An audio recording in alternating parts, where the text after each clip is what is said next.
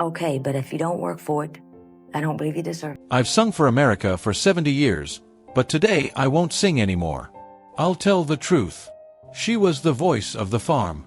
The voice of Appalachian women who were never allowed to talk back to their husbands.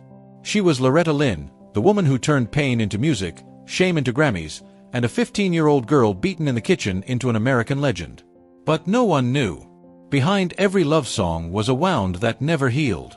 And now, as age 90 arrives, like a cold wind at life's end, Loretta has written a list of the 5 men she hated most. Not out of bitterness, but because she doesn't want to take that pain to the grave. The story is about to begin, and there's no turning back because this is hell without light. The life of Loretta Lynn, an angel whose wings were torn off in the whirlwind of patriarchy. She wasn't born into the spotlight. She was born in a rotting wooden shack surrounded by mud, poverty, and the weary sighs of a mother who gave birth to 8 children in a row. In Butcher Hollow, Kentucky, where men got drunk and women stayed silent, Loretta Lynn was a child who had to learn how to hold back tears before she ever learned to write. At 15, she got married. By 18, she had 4 kids. And by 20, she was standing in a smoke-filled bar, guitar in hand, singing not out of a dream, but because she needed money to escape her husband. But that voice, raw, honest, like a scar that couldn't be hidden, swept across America like wildfire. She didn't sing about rosy dreams. She sang about being abandoned, deceived, beaten, turned into someone else's property. Don't come home a-drinkin', with lovin' on your mind. The Pill, rated X.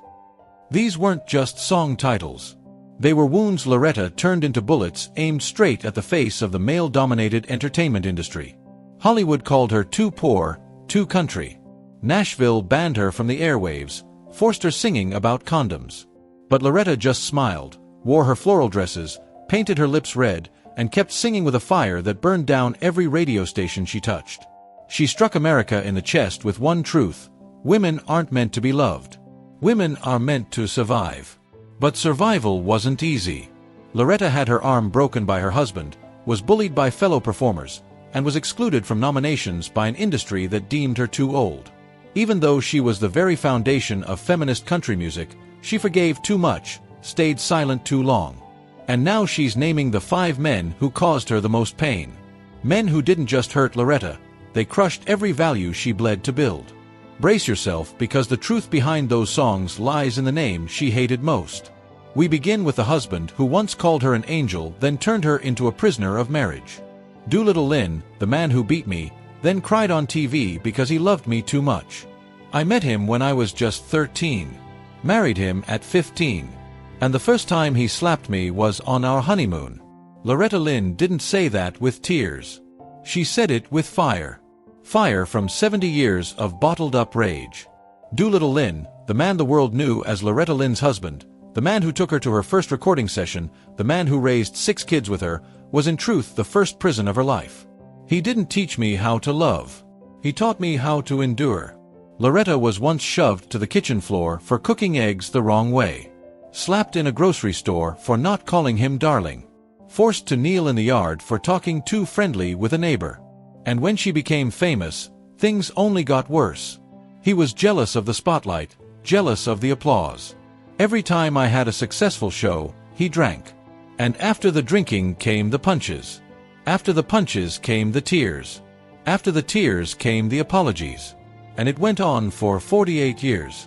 Dolittle once appeared on national television, held Loretta's hand, and said, "I love her so much, I can't stand anyone else looking at her the way I do." But that wasn't love. That was possession. That was destruction. That was a man who couldn't bear the fact that the woman he married turned out to be better than him. I hate him because he didn't just hurt me. He made me believe I deserved to be hurt if I wanted to be loved.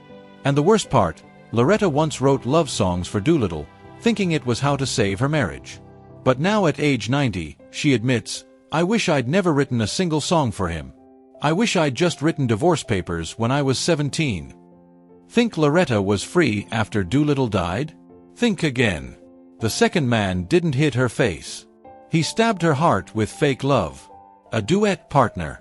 A lover not named on paper but present in every musical nightmare Loretta ever had. Conway Twitty. The nameless lover who stole the honor I fought so hard to earn. Fans called them country music's golden couple. Loretta and Conway holding hands on stage, smiling through hits like Louisiana Woman, Mississippi Man.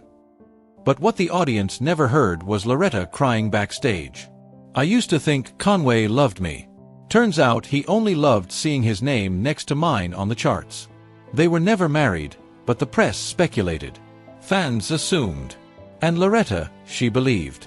She believed that if he hadn't already had a family, Conway might have been the kind, solid man she could lean on after Dolittle. But then Loretta discovered everything. The record deals, the tour schedule, even the promotional photos, was controlled by Conway. Her name was always printed smaller, her tour dates buried if they clashed with Conway's single release. And the worst, in a 1975 live radio interview, when asked about Loretta, Conway chuckled and said, "She's a lady, and I'm the man who gave that lady her second career." That was the night Loretta smashed the first gold record they ever earned together. I hate him because he made me play the role of the Grateful Muse when I was the one who wrote the melodies that saved his career. They kept singing together after that. But Loretta never looked at Conway the same again. I never loved Conway. I loved the idea of who I thought he was, but he wasn't that man. Still with me. The storm is just getting started. 3. Merle Haggard, the brother who turned me into a national joke. They used to sing together. Used to embrace on stage. Loretta called Merle the country brother I trusted until the day she heard him say in front of millions watching on live TV, "I love Loretta like you love a hen that crows on time." The audience laughed. The host laughed. Merle laughed. Only Loretta sat still, not laughing, because she knew that wasn't a joke. It was a slap. A backhanded insult, sugar-coated, but biting hard enough to draw blood. Merle later brushed it off as just humor, but Loretta never forgot.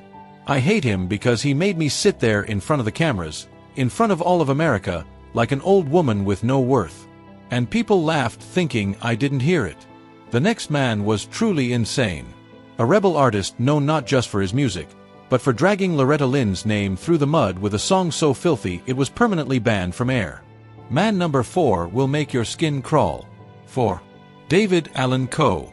The man who used music as a weapon to rape my dignity.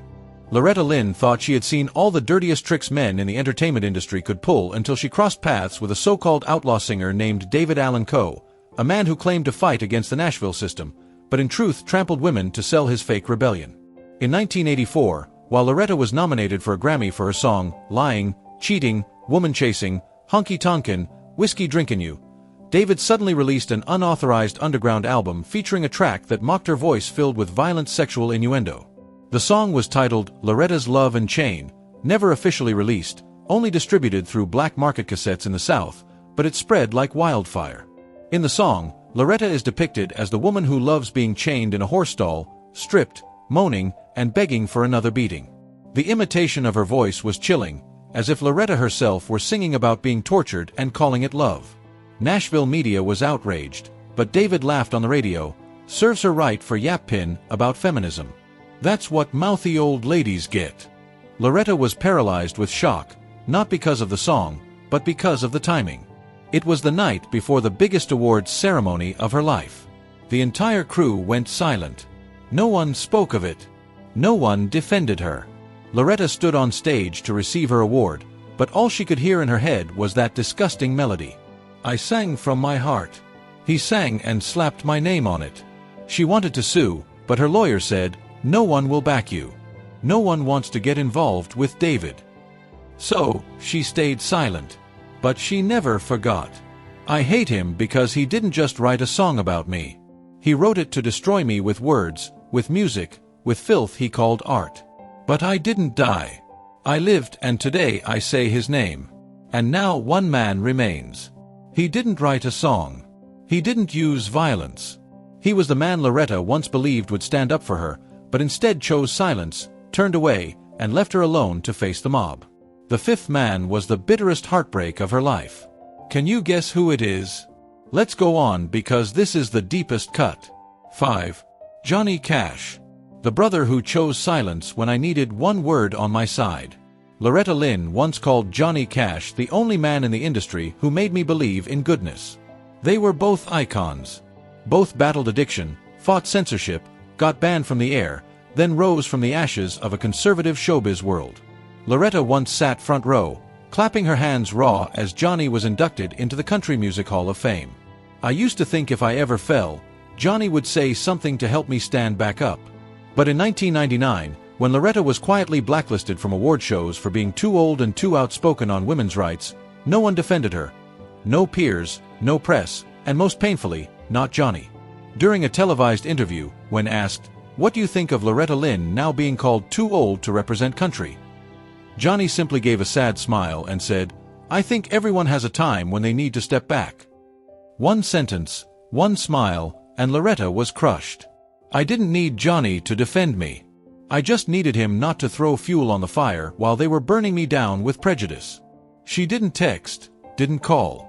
But from that day on, she erased Johnny's name from every set list.